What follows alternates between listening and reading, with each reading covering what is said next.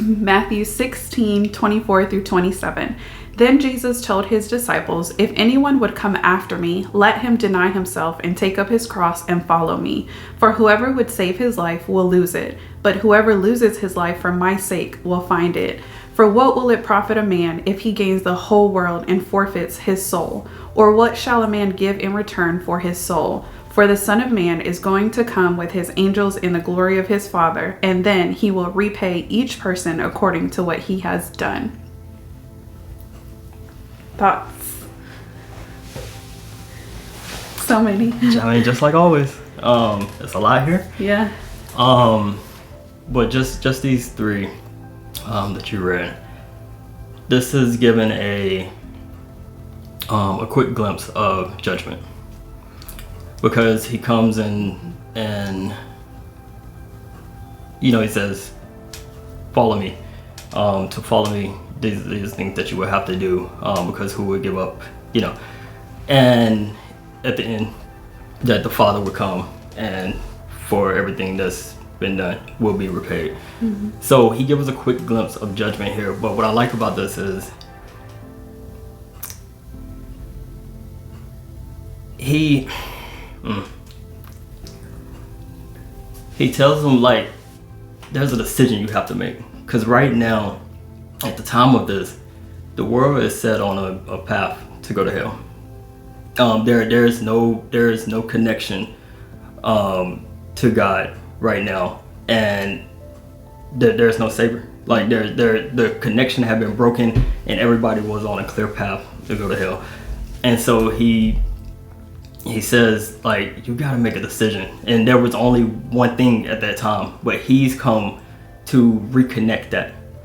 And now he comes and put a fork in the road, because now he says, okay, you could be with the world, and that's on a clear path to hell, or you can follow me.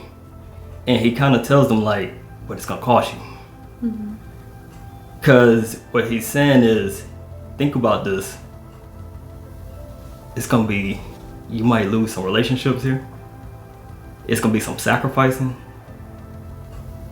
And you're gonna have to give up the word. You're gonna have to deny yourself, which yourself is your flesh. You're gonna have to deny your flesh, and what it tells you to do, deny our flesh every day. So it's like there's a war. You're gonna have to deny yourself every single day to follow me, and it's gonna be contrary with what the world want to do, the culture, the trend, all of this. And it's like, you're gonna, if you truly want to make this decision and follow me, you got to think about all of that and what you might lose in the process of doing that. Family, friends, relationships, because not everybody is going to be okay with you following me. And the other thing I like about this is, the time that he says it, the law was still in force, because the law hadn't been filled at that time. So he tells the disciples, you're gonna have to deny yourself and follow me. And so we see Jesus flexes a little bit here because of the confidence that he has that he's gonna fulfill the mission that he was out on. Because he tells them to follow him. And so the disciples, like, he had told the disciples, I gotta die. And the disciples like, okay. But then he also says, I'm gonna raise back up in 3 days. Mm-hmm. And the disciples like, all right, Lord. Yeah. We know that they had a struggle believing it, because nobody was there on the third day at the tomb. Like, hey, he said about this time, we waiting. And actually, women had went. It doesn't give the full name, but Mary was one of them. We don't know which Mary it was, but the women had went with spices because they was expecting a dead body. So again, it just shows we didn't fully believe. We struggled with that last part of, you're gonna be raised. But this is where, again, Jesus tells them to follow him even then, before that connection was reestablished with God.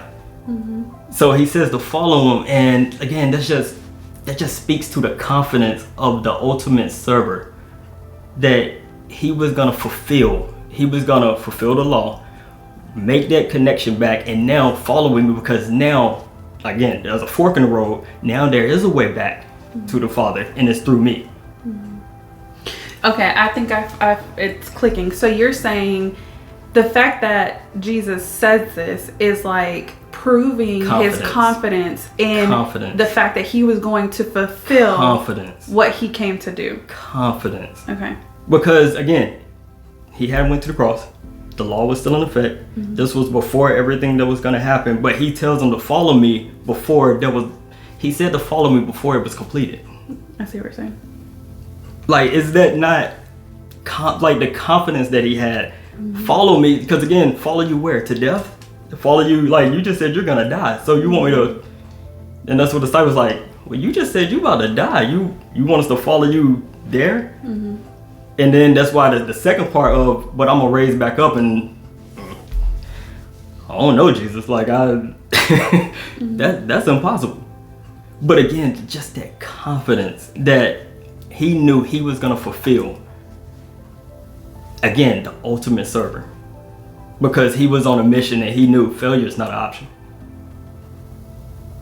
That's mind blowing. That follow me on a path that hasn't been connected yet. That's just crazy. And again, the confidence of the ultimate server that he knew he was going to fulfill.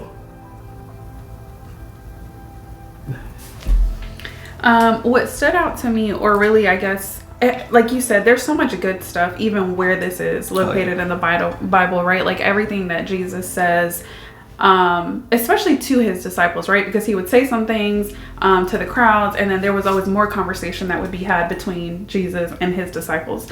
But you harped on it just a little bit, but it says, if anyone would come after me, let him deny himself and take up his cross and follow me. That is what this entire walk is about, is denying yourself and carrying your cross, right? And so not only is Jesus making the picture clear, right? What does it even mean to deny yourself, right? It means that everything about us by nature is sinful. Every desire that we have, everything that looks good to us, everything that we would naturally pursue is sinful. It goes against who God is and what he desires for us. So for me to deny myself means that I am literally choosing God to choose you before me, right? So when my mind says I want to go do X thing, right?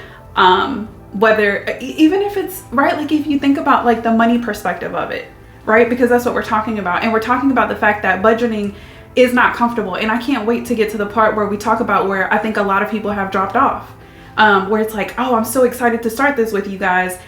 And again, not to get too much ahead, but there's a part where a lot of people, that's where it stops because it's not comfortable, right?